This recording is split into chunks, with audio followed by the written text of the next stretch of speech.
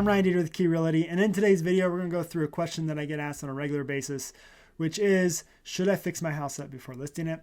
Should I make repairs? Should I do the cosmetic updates before hitting the market?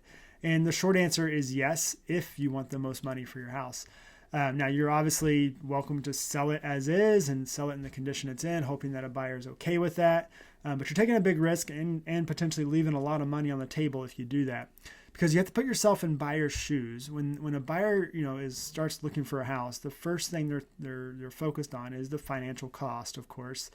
They have several barriers, which include the down payment, the lending cost, the closing cost, maybe the moving cost, and the furnishing cost, just all the things that go into starting home ownership and all that stuff.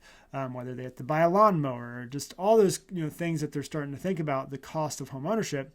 And so the more repairs that are needed, the more things that they need to update, whether it's just paint on the walls or changing the carpets, redoing the flooring, whatever it is, that stuff starts to really add up on top of all those things. So, when buyers walk into a home, they're making a list of all this stuff in their head or even on paper. So you want to make it as easy as possible for a buyer to say, there is nothing we have to do on this house. We don't have to spend any more money than what we're already spending, and we can move right in.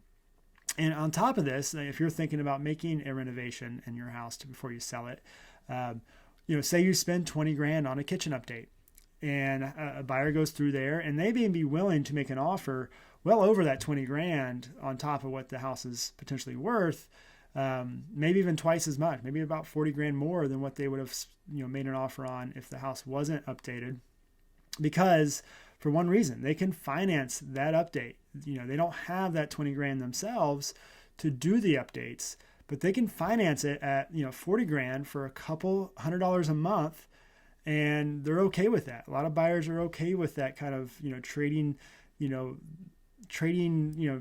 what they want now and financing it. Even though they're paying twice as much down the road because they're financing it, but they want what they want now, and they can get it in at a lower monthly cost than it would to do the renovation themselves.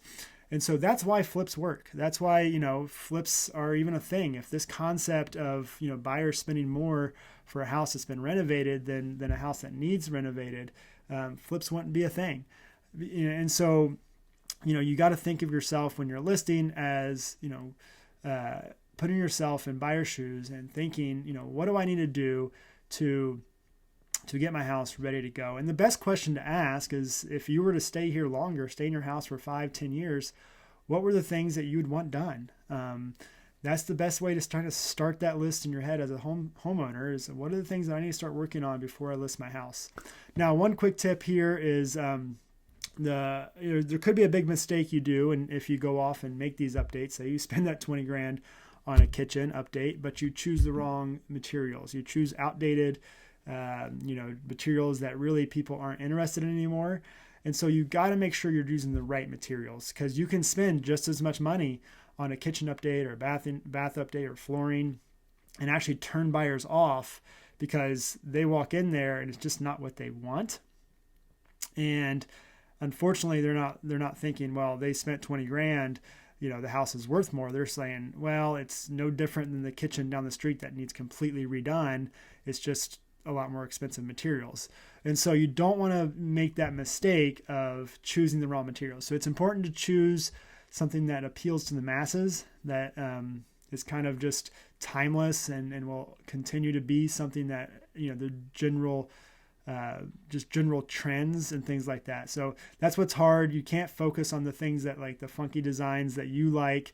You got to focus on the masses and think, okay, what will appeal to the most people that walk through this house? So hopefully this is helpful. Hopefully these are things to start thinking about if you're thinking about listing your house. Of course, if you have any questions you want answered about your situation, I am more than happy to help with that. Feel free to reach out, give me a call, text, or email. Thanks. Have a good day.